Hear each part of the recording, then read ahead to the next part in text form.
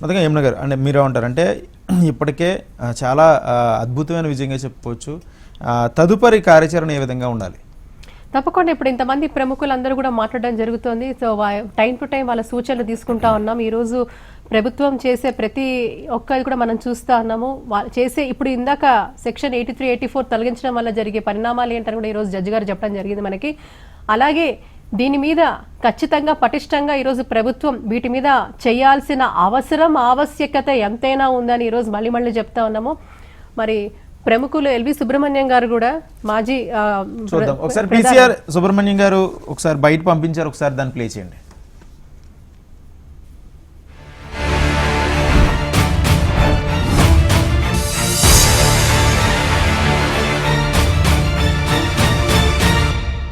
మానసిక ఉల్లాసం పొందడానికి, దుఃఖంలో ఉన్న వారికి ఆ దుఃఖం నుంచి ఉపశమనాన్ని పొందడానికి, అలాగే ఆధ్యాత్మికంగా చైతన్యం పొందడానికి, సామాజిక సేవతో ఆ స్పృహతో చేసే సేవా కార్యక్రమాలకి కేంద్ర బిందువుగా ఇలాగ దేవాలయాలు ఒక 14-15 ఒక ముఖ్యమైన కారణాల కోసం మన పూర్వీకులు ఏర్పాటు చేశారు.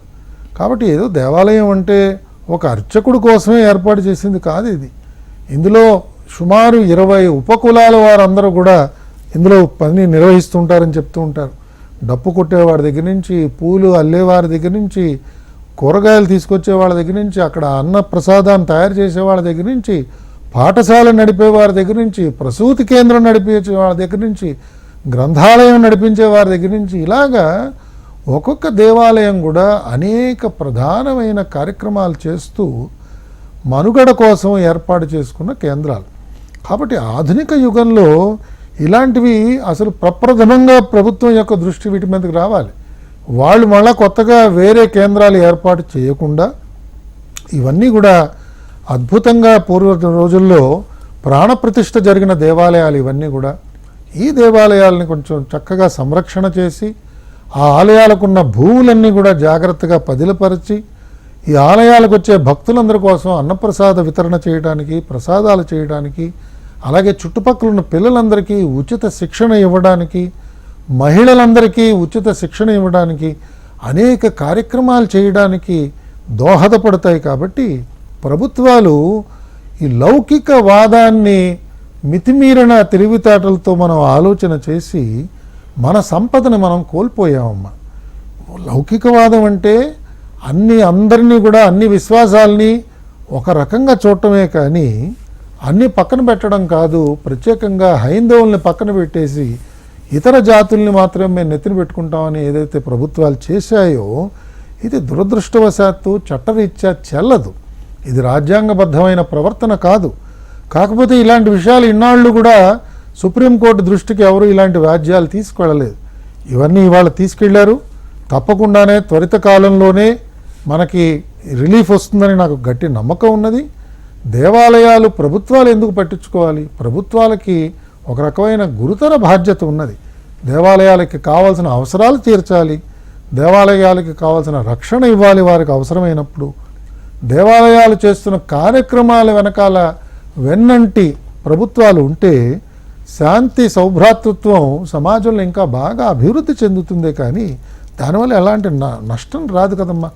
ఒక దేవాలయం మీరు ఇప్పుడు చూపిస్తున్న ఈ వట్టి వెంకటేశ్వర స్వామి దేవాలయం చుట్టూతా అద్భుతమైన రక్షణ మనకి లభించి ఆ కార్యక్రమాలన్నీ ఆ దేవాలయంలో జరుపుకోగలిగితే అన్ని కులాల వారికి, అన్ని మతాల వారికి, అన్ని ప్రాంతాల వారికి ఎంతో రక్షణ లభిస్తుంది. వారందరికీ ఊరట లభిస్తుంది, ఉద్యోగ అవకాశాలు లభిస్తాయి, ఉపాధి సౌకర్యాలు కలుగుతాయి. అలాంటివి మనం చేయటానికే ప్రభుత్వాలు ఉన్నాయి. కాబట్టి నేను ప్రభుత్వంలో ఉన్న పెద్దలందరినీ కూడా వినమ్రతతో కోరుతున్నాను, లౌకికవాదాన్ని దయచేసి స్వస్తి పలికి ఈ దేవాలయాలకు కావలసిన కనీస రక్షణ చేయండి. మీరు చేయలేని పక్షంలో సమాజంలో ఉన్న పెద్దలందరినీ కనుక మీరు ఉద్దేశించి మీరు వాళ్ళకి ప్రేరణ ఇస్తే వారు తప్పకుండా ఈ దేవాలయాలకి కావాల్సిన సహాయం చేస్తారు. రాజులు వెళ్ళిపోయారు, కోటలు వెళ్ళిపోయినాయి, రాజుల సైన్యాలు వెళ్ళిపోయినాయి, అన్నీ వెళ్ళిపోయినాయి. ఏమిటి మిగిలింది అంటే ఆనాటి నుంచి ఈనాటి వరకు కొనసాగుతున్న ఏకైక వ్యవస్థ ఇవాళ మనం దేవాలయాల్లో చూస్తాం. అలాంటి అపురూపమైన దేవాలయ వ్యవస్థ ఇవాళ కాలాంతరంలో విపరీతమైన పరిణామాలు పొందుతున్నటువంటి ఈ దశలో దీనిని ఎలా మళ్ళా మనం పునరుద్ధరించాలి, ఎలా దీనిని మళ్ళా ఏ క్రియాశీలకమైనటువంటి పనులు చేయటం ద్వారా దీన్ని బాగు చేయాలి అనేటటువంటి దృష్టితో మీరు చేస్తున్నటువంటి ఈ ప్రయత్నం రియల్గా చాలా నేను అభినందిస్తున్నాను. మొత్తం మీద ఈ రకంగా రికార్డ్స్ని కనుక మనము 2 రకాలుగా బిల్డ్ చేసుకోవాలి. ఒకటి ఉన్న రికార్డుని భద్రపరచుకోవటం, రెండవది అంటే దాని ఫర్మాన్స్ కానీ ఇంకా ఏమైనా అప్పటి నిజాం జమానాలో కాబట్టి ఫర్మాన్స్ కానీ ఇతర ఏమైనా ఉంటే ఆర్డర్స్ తాకీదులు కానీ ఏమైనా ఉంటే వాటిని అన్నింటినీ ప్రిజర్వ్ చేసుకోవటం. వీటిని అన్నింటినీ రెండవది రెవెన్యూ డిపార్ట్మెంట్తో సమన్వయం చేసుకోవటం. మూడవది రిజిస్ట్రేషన్ శాఖతో. రిజిస్ట్రేషన్ శాఖతో ఏంటంటే రిజిస్ట్రేషన్ శాఖలో ఒక ప్రొవిజన్ ఉంది. ఏ భూములని అమ్మకూడదని మనం భావిస్తామో దానిని మనము ప్రొహిబిషన్ చేయొచ్చు సెక్షన్ 22 కింద చేయొచ్చు. చేస్తూ మనము ఈ షెడ్యూల్ దాఖలా ఉన్న ఈ సర్వే నెంబర్ దాఖలా భూముల్ని మీరు రిజిస్టర్ చేయడానికి వీల్లేదు అని గనక మనం ఐజీ రిజిస్ట్రేషన్ గనక మనం ఇస్తే వాళ్ళు నోటిఫై చేస్తారు. నోటిఫై చేసి దాని మీద రిజిస్ట్రేషన్లు జరగవు. తీర్థాంతే తటీని తటే జలనిధే స్థిరే సరసంగమే శైలాగ్రే వనోవనోపవనయో అని శాస్త్రం చెప్తుంది. ఏమిటి? శైలాగ్రంలో తీర్థాంతే, తీర్థాల పక్కన. ఇవి ఎందుకు చెప్పారు? తీర్థాల పక్కన ఉండాలి, వనాల పక్కన ఉండాలి, దేవాలయాల పైన ఎందుకు ఉండాలి అని ఎందుకు చెప్పారంటే వీడు సైంటిఫిక్గా వీడొక ఆరోగ్యపరంగా ఉండడానికి వీళ్ళు ఏర్పాటు చేయడానికే వాళ్ళు చాలా జాగ్రత్తగా ఆలోచించి కొండల మీద దేవాలయాలు నిర్మాణించేశారు.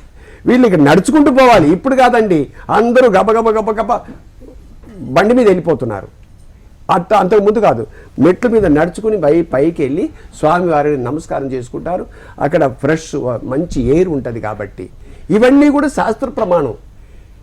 ఈ శాస్త్రంలో ఉన్న ప్రకారంగా వాళ్ళు చేయాలి, అంతేగాని వేరే ప్రకారం చేయడానికి వీలు లేదు. ప్రభుత్వం ఏర్పాటు చేసినప్పుడు ఏం చేస్తుందండి? ప్రభుత్వం ఏమి డబ్బులు ఇవ్వదు. ప్రభుత్వం డబ్బులు తీసుకుంటుంది దేవాదాయాల నుంచి. తను ఇవ్వదు, తీసుకుంటుంది. అట్లాగే ఇప్పుడు తిరుపతి అనుకోండి, తిరుపతికి కూడా అందరి డబ్బు ఏదైతే ఉందో ఆయన ఖర్చులన్నీ ఇందులోంచే ఇస్తారు. ఆ తిరుపతి డబ్బు నుంచే ఇస్తారు. అంటే వాళ్ళ డబ్బు ఇవ్వరు, వాళ్ళేం కాంట్రిబ్యూట్ చేయరు. సరే, అక్కడి నుంచి నువ్వు డబ్బు తీసుకున్నావు, పర్వాలేదు, బాగా డబ్బున్న గుడులలో తెచ్చుకుంటున్నావు. మరి ఏ డబ్బు లేని గుడుల సంగతి ఏంటి? అక్కడి నుంచి ఒక 10 రూపాయలని ఇస్తున్నావు, అది లేదు. అంటే వాళ్ళు ఇవ్వరు, తీసుకునేది మాత్రం కంటిన్యూ అవుతూనే ఉంటుంది. పైగా మన మిత్రుడు చెప్పినట్టుగా లంచాలు గించాలు అవన్నీ ఉన్నాయి. మరి ఈ వ్యవస్థని మీరు ఎట్లా దీన్ని రక్షిస్తారు?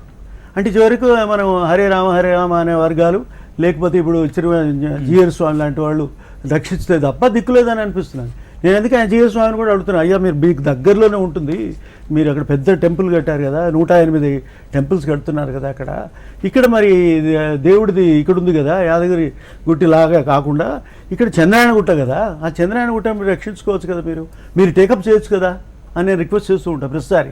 ఇక్కడ ఈ జిల్లా తెలంగాణ ప్రభుత్వ ముఖ్యమంత్రిని కూడా అడిగిన, సార్ మీరు ఇప్పుడు కాదు పాత ప్రభుత్వాన్ని అడిగా, సార్ మీరు టేకప్ చేయండి సార్.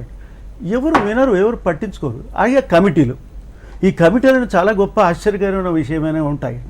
ఏమిటా కమిటీలు? అక్కడున్న వాళ్ళనే, లోకల్గా ఉన్న వాళ్ళని, పెద్దవాళ్ళని తీసుకొచ్చి పెట్టాలి. మరి ఏం చేస్తున్నారండి? ఏం చేయట్లేదు.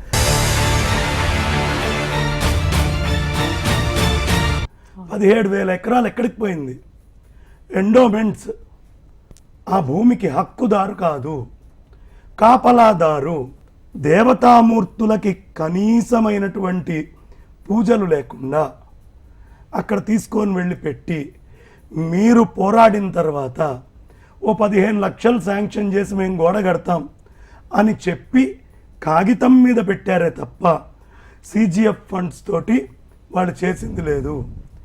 ఇదే ఏ ముఖ్యమంత్రి గారో ఇంకో మంత్రో చెప్తే ఆగమేఘాల మీద పనులు అవుతాయి. ఎందుకు కావట్లేదు? నిర్లక్ష్యం. అది ఏముంది? దేవుడు అంటే అంత తక్కువ భావన ఉన్నప్పుడు ఈ ఎండోమెంట్స్ డిపార్ట్మెంట్ ఎందుకు? ఆ జహనుమా టెంపుల్ ఇప్పుడు అదిగో చక్కగా స్లైడ్స్లో మనకు కనిపిస్తోంది. ఏంటమ్మా పరిస్థితి? చెత్త చెదారం అడ్డమైనవన్నీ అందులో పారేస్తున్నారు. ఈ ఎండోమెంట్స్ డబ్బులతోటి మీరందరూ కులుకుతూ కార్లలో తిరుగుతున్నారు, ఫైల్స్ పట్టుకొని తిరుగుతున్నారు, ఆనందంగా 3 పూట్ల భోజనం చేస్తున్నారు. మీకు డబ్బులు ఇవ్వడానికి మూల కారణమైన స్వామిని పస్తు పెడతారా? దీనికి ఏం రెస్పాన్స్ ఇస్తారు? ఎన్ని రోజులు అక్కడ స్వామిని పస్తు పెడతారో అన్ని రోజుల జీతాలు వీళ్ళకి కట్ చేసి పస్తు పెట్టాలి, యాక్షన్ తీసుకోకపోతే. మన లోపల హిందువుల్లో నిస్సత్తువ ఏర్పడ్డదమ్మా. చేతగానితనం, క్లైబ్యం. ఏమ్మా, ఎంతసేపు ఉన్నా పచ్చగా ఉండే గుళ్ళకి వెళ్తున్నారు. నాదొకటే పిలుపు, మొత్తం ట్విన్ సిటీస్లో లేదు బయట ఉండే హిందువులు పనిగట్టుకొని ఓల్డ్ సిటీలో ఉన్న గుళ్ళకి వెళ్ళి పూజలు చేసి దేవుడికి నమస్కారం చేసి తిరిగి రావాలి. అప్పుడు ఈ దరిద్రం దూరం అవుతుంది.